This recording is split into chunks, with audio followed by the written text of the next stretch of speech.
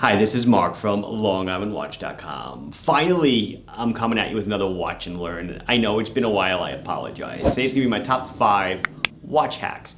I don't think any of them are really my ideas. Yeah, I don't think so.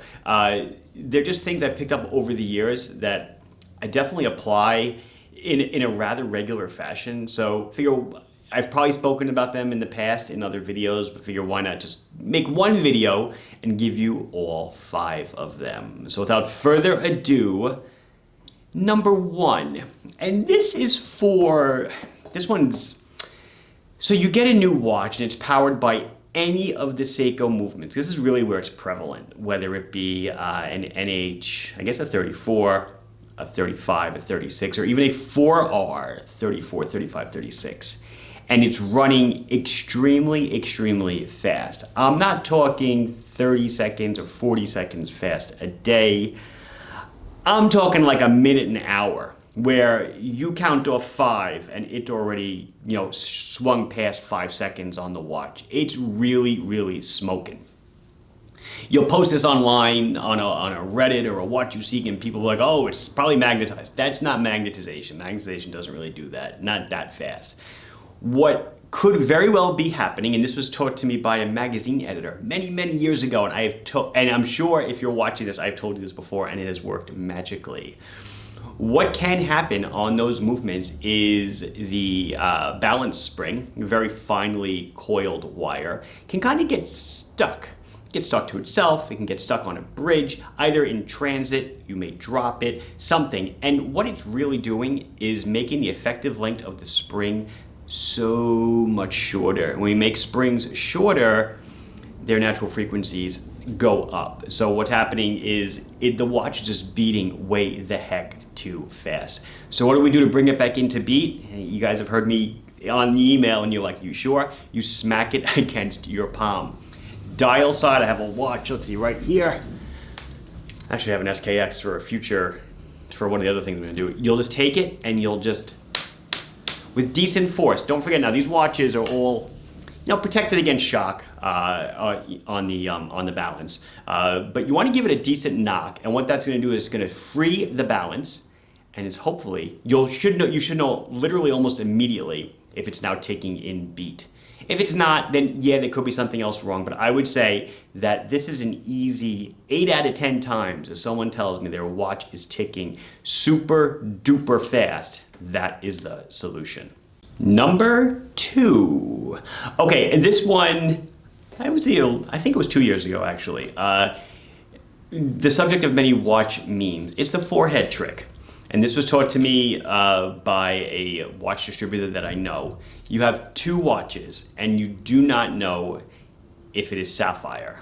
If it's acrylic, everyone knows acrylic you can actually put your thumb on, and when you press it, it'll actually bend on you. I did a whole watch and learn around this trick. But if you have a watch and you don't know if it's mineral or sapphire, you just need one watch that you know what it is. So let's say I didn't know if this Bayport Bumblebee, let's say I didn't know if it was sapphire or not. So I have an SKX here, which is hard Lex, which is basically mineral. And making sure it's been off your wrist for a while so it comes to ambient room temperature, you put it on your forehead. And you just remember how that feels. And then you put the sapphire. Sapphire feels like ice.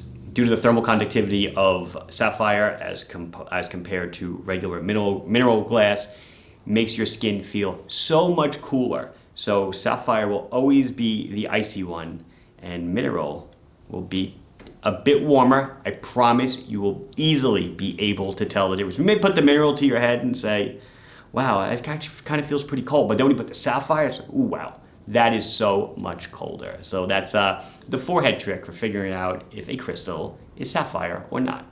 Watch hack number 3.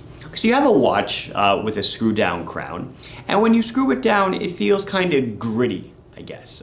Might be a good term. It's not very smooth.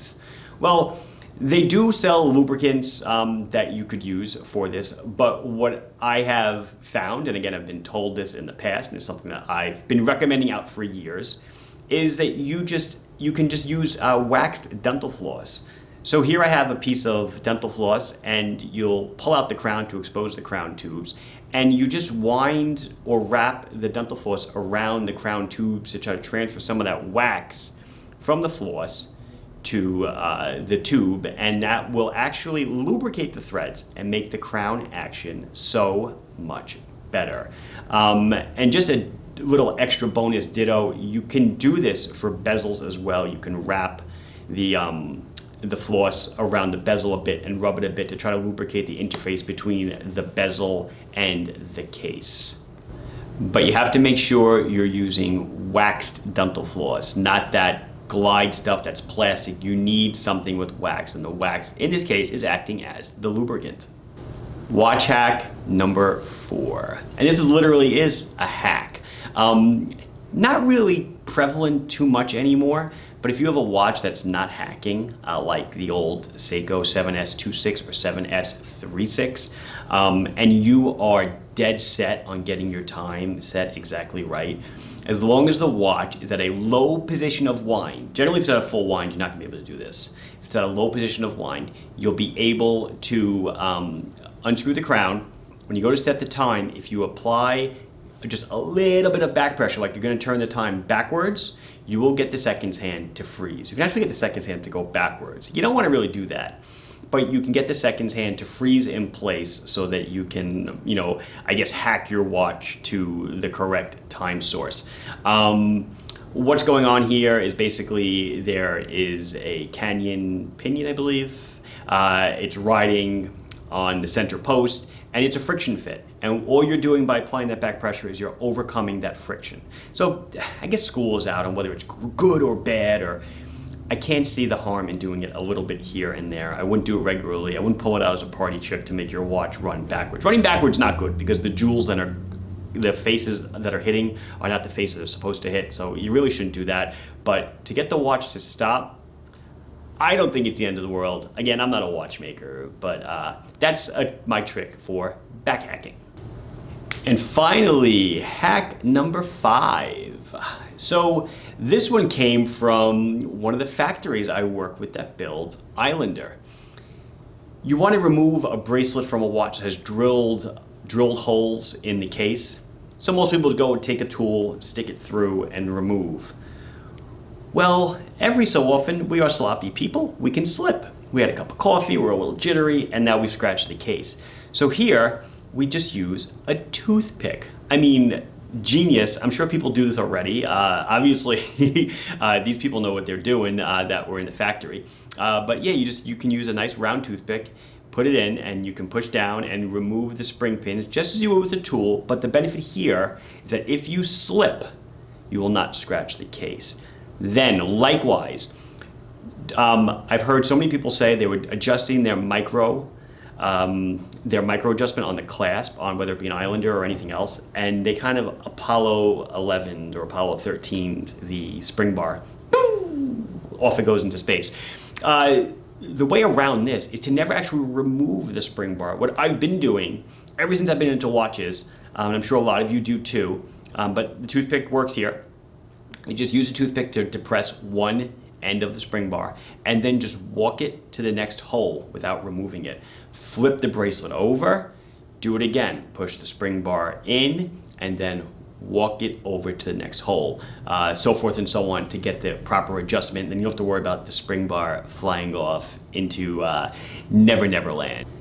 That's it for my top 5. There was a 6th, but I did not include it, simply because I don't feel like it was like an everyday hack. And it is another thing that I've done a video on. It is using the grip tape solvent for golf grips on top of a ceramic, aluminum, or sapphire bezel to loosen the adhesiveness under it. It's a very non-caustic substance. It doesn't smell. You just kind of paint it on and just let it sit for like a day or so, and it will permeate. I'll link to the video. And it will permeate underneath, and it will give the ability to just lift off the insert without having to remove the bezel. Because I know when a lot of us remove bezels, we wind up scratching the bleep out of the case. So that's it. This has been Mark from LongIslandWatch.com. giving you my top 5 watch hacks for 2023. Will there be a top 5 watch hacks for 2024? I don't think so. It's taking me like 20 years to get these 5. It's kind of sad. Please like the video if you enjoyed it. Subscribe to the channel if you have not done so. Questions, comments, concerns, anything else, put it down below and I'll be sure to address it as soon as I can. Or you can even share with me your hack and maybe I'll include it in a future video. Thank you very much for watching. Bye-bye.